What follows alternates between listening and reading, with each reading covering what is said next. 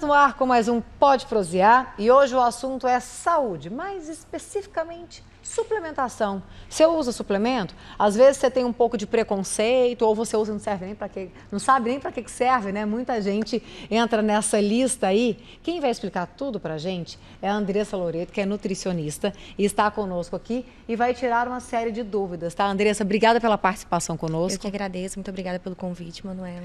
Imagina, ó, vamos começar lá do iniciozinho mesmo, explicando para as pessoas que estão nos acompanhando o que é a suplementação. O que entra nesse rol de suplementos? Certo, suplementos não são medicamentos, então principalmente a gente tem que associá-los a uma complementação da alimentação.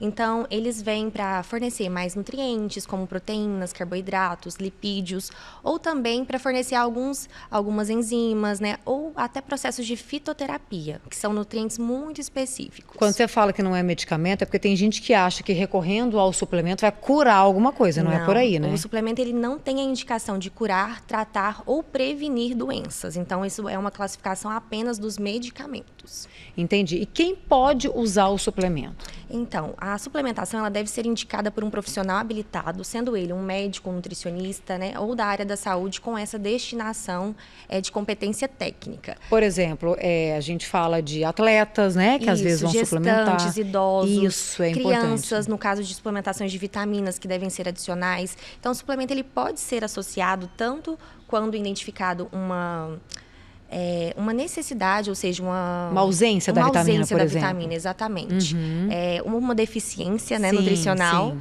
ou também no caso de melhorar e otimizar a saúde daquele paciente. Em termos... Tá. E aí, então, agora eu vou abordar um assunto que veio muito em pauta essa semana, que foi de uma loja que foi fechada porque estaria vendendo suplementos irregulares, né? Sim. E são suplementos, gente, feitos ali entre aspas, fundo de quintal. Era uma coisa meio que artesanal, ali caseiro. Não posso nem falar artesanal, porque eu vou estar ofendendo o processo artesanal. O processo artesanal, porque era tudo irregular mesmo, né? Isso. Qual que é o risco disso? A gente sabe que tudo que é feito sem ser feito da maneira correta, né? Com o aval da vigilância sanitária e tudo, já oferece um risco. Mas no caso do suplemento, talvez mais, porque eles vão colocando tudo, né? Exatamente. O maior risco desses suplementos, né, que a gente considera... O que é um suplemento irregular? É aquele que não possui um processo de autorização da Anvisa, ou seja, ele não tem um registro na Agência de Vigilância Sanitária, ou aquele que foi contrabandeado, roubado ou até mesmo falsificado. Então, todos esses suplementos irregulares, eles podem apresentar ingredientes que não estão declarados no rótulo, ou até mesmo aqueles que estão declarados estão em uma quantidade acima do recomendado. Então, qual é o risco disso? A toxicidade. Então, a toxicidade desse suplemento pode causar danos, como danos hepáticos, danos renais. Tem alguns casos, inclusive, ano passado, saíram várias notícias sobre suplementos que estavam causando problemas de visão em alguns pacientes. É mesmo? Sim. Ô, Andressa, isso é muito sério, porque quando a gente fala assim de alguma coisa que é falsificada, por exemplo, né, que é feita ali sem uma fiscalização, uma autorização e tudo, a gente pensa, no máximo não vai fazer efeito.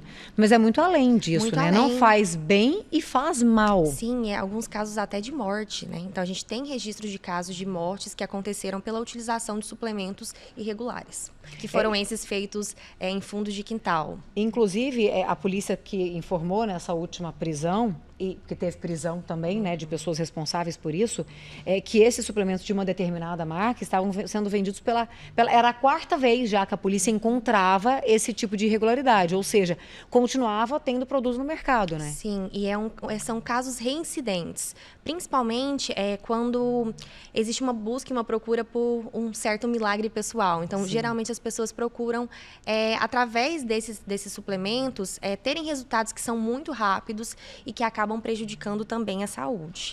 Você, como nutricionista, deve receber no seu consultório, com frequência, pessoas que sim querem tratar a saúde, querem se alimentar melhor. Eu acho que a gente está nesse caminho, né, Andressa, das pessoas terem mais consciência de que o cigarro faz mal, de que o vape faz mal, de que o excesso de açúcar faz mal, gordura também.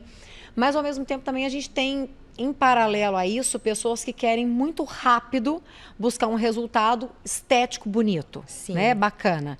Porque eu acho que é importante da gente falar da questão da nutrição, em geral, de exercício físico, de usar suplemento, tudo, não é só a questão estética, é a saúde mesmo, né? É a gente ter um organismo saudável, é a gente pensar na velhice, né? A gente quer chegar lá, né? Com saúde. E como é que é isso, Andressa? Assim, porque deve chegar a gente e falar assim, o que eu posso tomar, doutora, para emagrecer rápido, para destacar músculo? Porque a gente tem que sabe que tem coisas que aplicam e que dão resultado sim rápido, mas que tem uma consequência lá na frente, né? Exatamente. Realmente, grande parte, quando procura um profissional da saúde, da área da nutrição, da nutrologia, vem buscando resultados que são imediatos, né? E a gente sempre tenta trabalhar dizendo assim, olha, para você ganhar esse peso, não foi do dia para a noite. Então, como que você vai perder esse peso do dia para a noite? Porque, obviamente, é importante que a gente esteja feliz. Eu acho que a autoestima ela está muito ligada à estética, né? Então, quando você se sente bem esteticamente, você acaba tendo um pouco mais de segurança em todas as áreas da sua vida, mas é importante que essa busca pela estética, essa busca pelo corpo perfeito, ela não se aplique a também prejudicar o processo da sua saúde, né? Então, a saúde, ela deve ser priorizada, sim. Dentro do consultório, a gente tem protocolos que buscam atender aquele objetivo específico que você tem, sem prejudicar a sua saúde. Então, sempre preservando por uma alimentação adequada, uma suplementação quando necessária, e também que todo esse processo de alimentação respeite a sua rotina, respeite suas preferências alimentares. Porque não adianta você oferecer uma fórmula milagrosa, que às vezes para você funciona, mas para mim não vai funcionar. Então tem que ser algo individual, né? Os protocolos então, são individuais. Avaliação individual. Agora, doutora, me diz uma coisa. Eu vou chegar, por exemplo, Manuela, eu me alimento bem, mas eu também como lá minhas coisinhas erradas. Rola uma pizza, rola um docinho e tudo mais. Mas eu treino. Então, por exemplo, eu hoje uso creatina, é a única coisa que eu uso, né? E talvez fosse importante eu tomar uma proteína, um whey, talvez sim. Hoje eu não uso. O que você me recomendaria fazer, independentemente do que eu for usar de suplemento, ao chegar num local para escolher o suplemento que eu vou comprar? Certo. Primeiramente, você tem que ir em um local que tem o aval da vigilância sanitária. Então, sempre que você chegar em uma casa de suplementos, uma casa de produtos naturais, observe no ambiente. Geralmente, todos os alvarás da vigilância, eles estão expostos para que o público consiga visualizar. Boa então, essa dica. Esse é o principal. Que esse local onde você está fazendo a compra, ele esteja com um aval da vigilância sanitária de funcionamento. Em segundo lugar, observar também as indicações do rótulo. Então, a Anvisa, através da Resolução 28 de 2018, ela estabelece quais são os critérios que um suplemento alimentar deve apresentar. Então, a rotulagem adequada, contendo lista de ingredientes, também a tabela nutricional que deve conter quais são os elementos naquela composição, quanto tem de proteína, quanto tem daquela substância que está sendo priorizada no rótulo desse suplemento. Também é importante que se tenha o número do registro na Anvisa desse suplemento ao comprá-lo. E também que exista a tagzinha indicando que ele é um suplemento alimentar. Entendi. Então, quando a gente faz a compra, por exemplo, do licopeno, que é aquele antioxidante, né, que está presente no tomate, na uva, a gente consegue comprar um suplemento de licopeno. Ele vem lá, suplemento alimentar de licopeno. Então, ele precisa trazer essa clareza para o consumidor do que ele está comprando. Entendi. E aí, é importante você falar essa questão do exemplo, né, do licopeno. Eu nem sabia o que era, mas enfim, né? Ele está presente na uva e no tomate, Isso, no né? tomate, na casca. Porque assim, às vezes a pessoa, eu não como carne. Eu sou vamos supor, não é o meu caso, mas eu sou vegetariano e não como carne. Então, eu vou compensar tudo com whey. Não é por aí. Às vezes, a proteína presente no whey pode ser muito pesada e pode sobrecarregar o fígado também, né? O rim. Isso. Por isso que o suplemento ele vem para suprir uma necessidade específica, mas ele não deve ser a base da nossa alimentação. Então, por exemplo, no caso de vegetarianos ou veganos, né? Até a gente não utiliza o whey, porque o whey é a proteína do leite. Então, a gente utiliza muito as proteínas que são vegetais. Proteína do arroz, proteína da ervilha, né? Para tentar fazer essa compensação e suprir um pouco dessa ausência da proteína.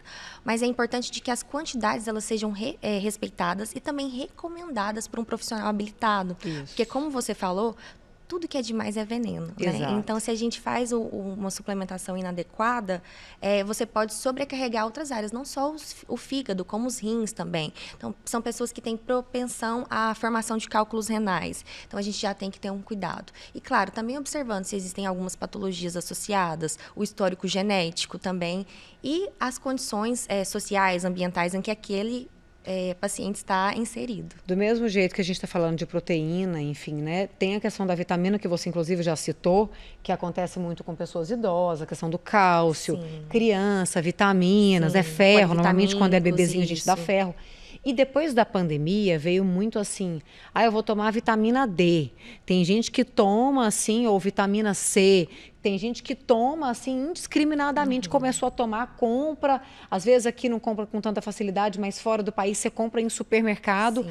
Tem que tomar cuidado, porque mesmo a vitamina em excesso, ela pode fazer mal. Exatamente. Existem um nível de toxicidade que deve ser respeitada.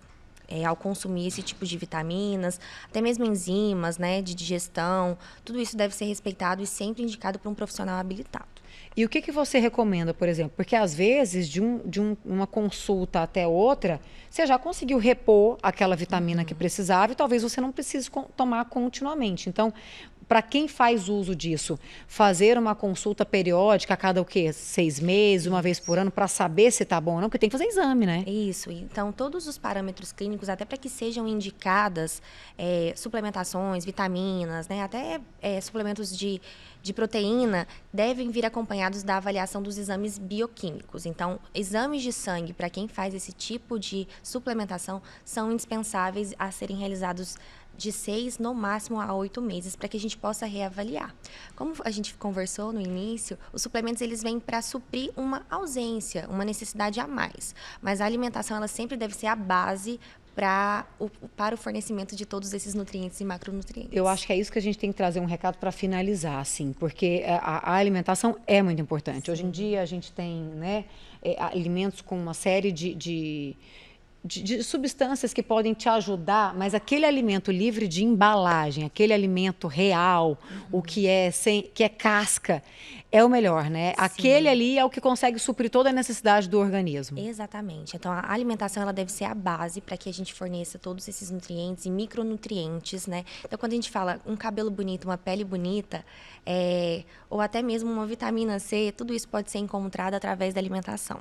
Então, a nutrição ela vem de fora para dentro, né? Então, mas precisa vir de dentro para fora também. Além do fato das suplementações. Então, sempre priorizem a alimentação natural e utilizem os suplementos quando recomendados por um profissional habilitado como um a mais. Ele é como se fosse o plus.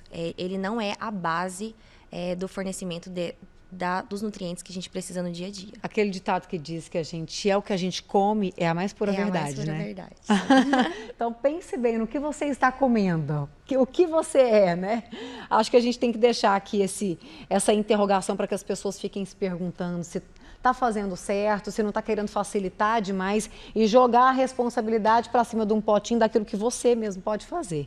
Andressa, obrigada pelo nosso bate-papo aqui. Eu que agradeço a oportunidade. Muito obrigada, Ana. Foi extremamente esclarecedor e importante para que você pense bem e avalie tudo antes de comprar o seu suplemento, sempre com uma recomendação de um profissional. Esse foi o nosso Pode Prosear de hoje.